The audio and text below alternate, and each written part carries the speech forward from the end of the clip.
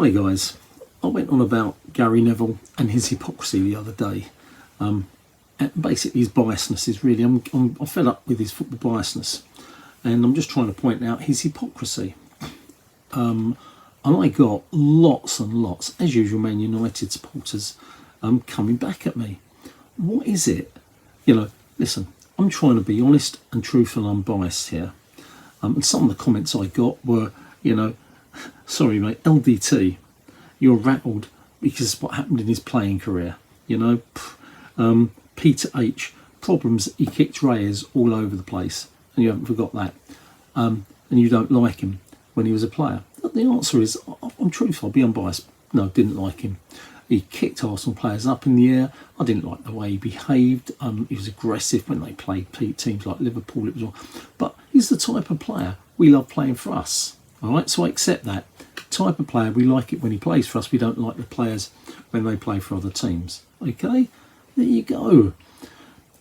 On the other hand, when he became a pundit, again, my gosh, fantastic pundit, the best. There was no one better than him. So I can say these things. I'm being truthful and unbiased, and I'm old. I'm not a young kid anymore that holds grudges and whatever. Playing football, you play football, you go into it to win.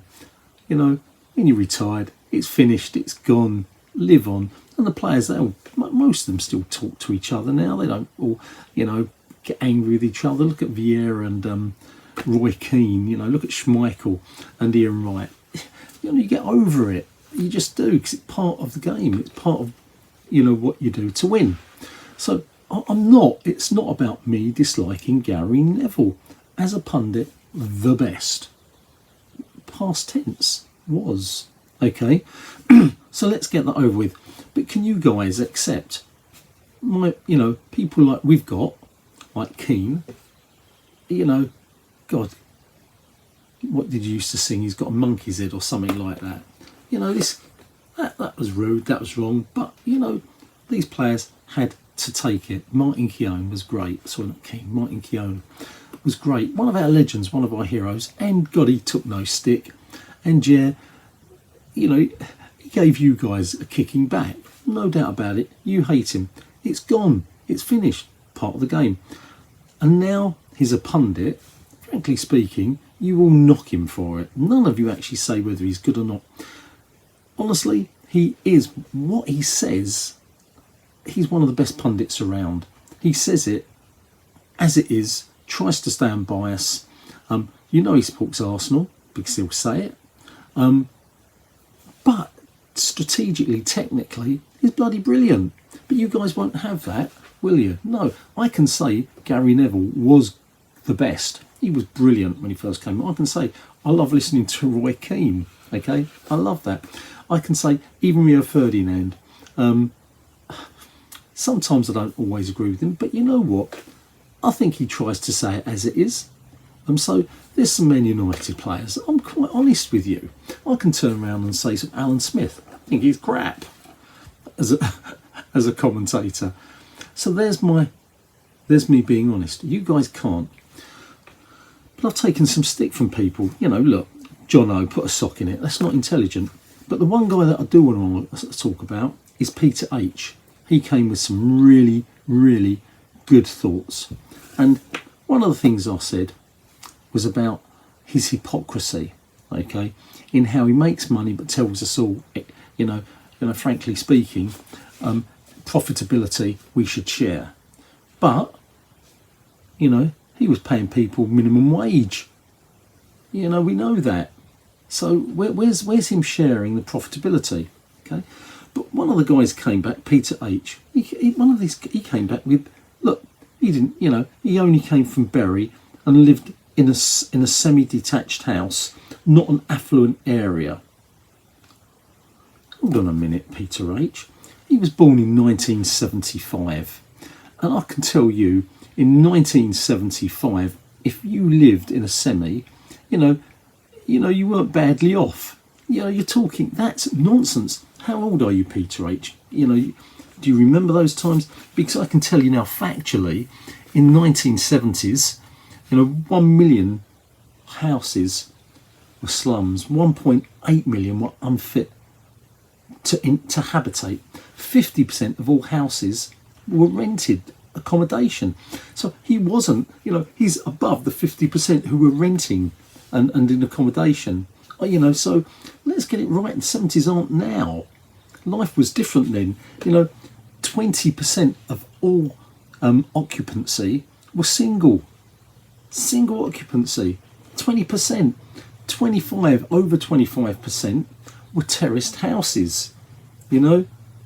So we forget. Something like 10% were detached. These are all approximate figures that I've come up with. There was a big housing boom in the mid-70s, or the early mid-70s for semi-detached to give people bigger houses and that. Frankly speaking, mate, he was in the top, other than the detached houses, he was in that top 25% of homeowners. 50% rented, and actually then there's 50% who didn't rent, of which 20% were single occupancy, 10%, he was in the top, or his parents were in the top 25% of housing. So don't give me he came from a poor. And Bury, you say not an affluent area. Bury is a market town. It's a lovely market town. It only had about 60,000 people living in it, and it's been hasn't it been recommended lately as the fourth safest place to live in the country at this moment? Then, my understanding, it wasn't a hellhole. So why are you trying to make up that he came from a non-affluent place, a semi-detached in Bury? That's not true. Go back to the 70s. Different life.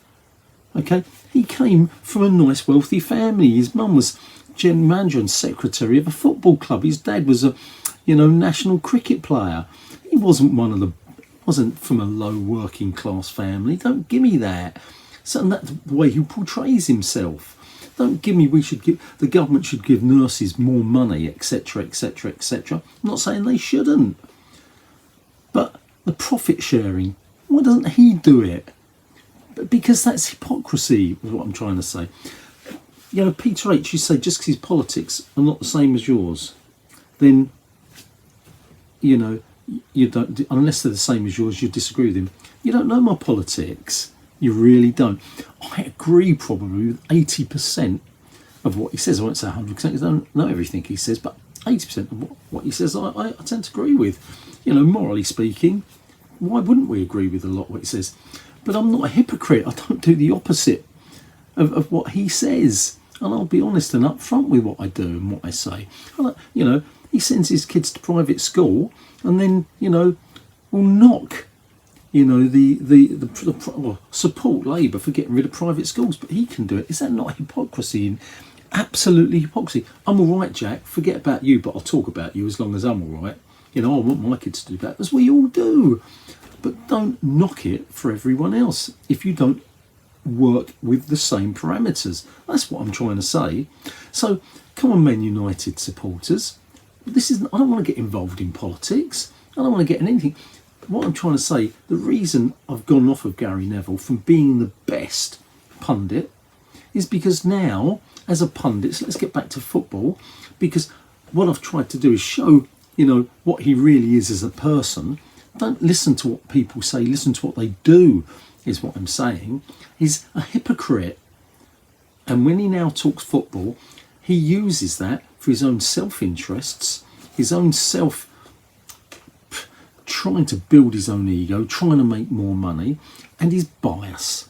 And he attacks those people or teams he doesn't like.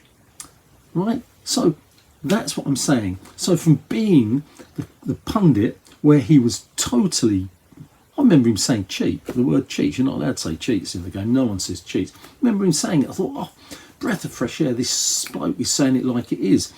Players falling on the ground when somebody sneezes next to them.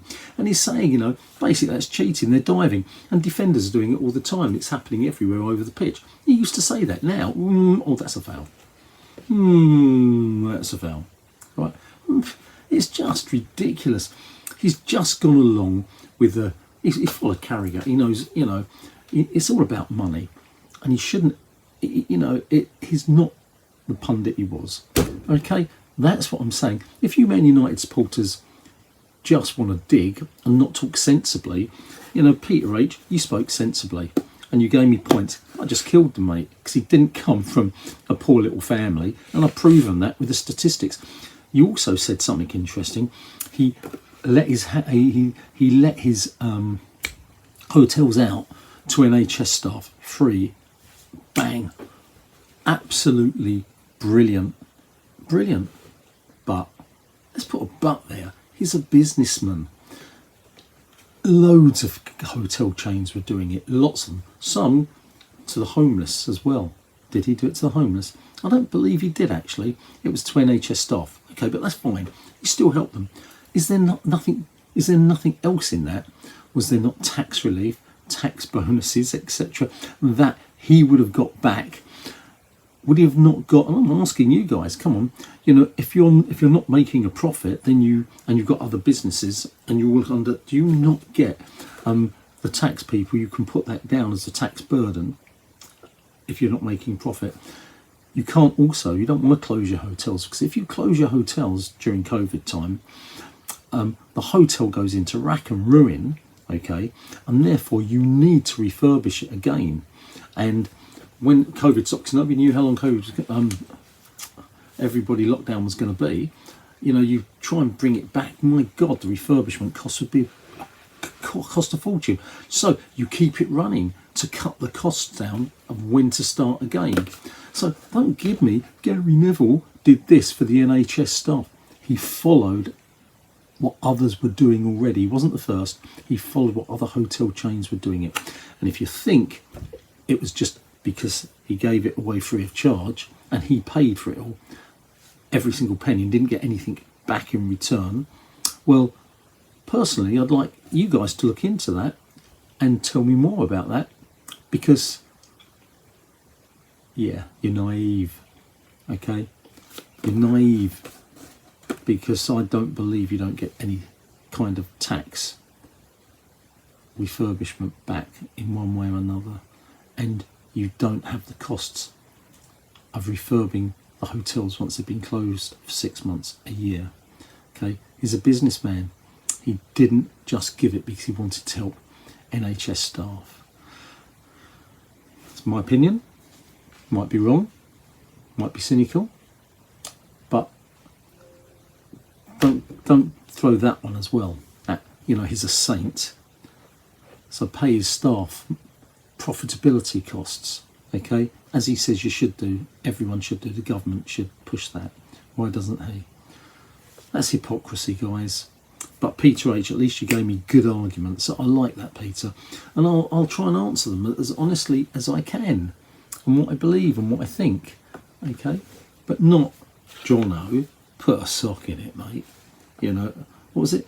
You got rattled in it. You were rattled in his playing career. Aren't we all rattled sometimes by players who play against our team? Yeah, but it goes. Anyway, that's my take on Gary Neville. I think he's gone from being the best pundit there was around to now being, you know, just all me, following Carragher's footsteps. All right, guys, give me some positive, intelligent comments rather than some of the things I had, and I'll try and answer them, okay? But I'm trying not to be biased. I'm trying to be truthful. That's all I'm trying to be. This blog is to try to be honest and biased, and I don't like Gary Neville as a pundit anymore. That's the truth. I'll say it. He's biased. There you go. Football Chat Uncensored, Reno talking. I probably lost all the Man United supporters, but you shouldn't do. You should come on. At least hear what other people are saying, what they think. The truth.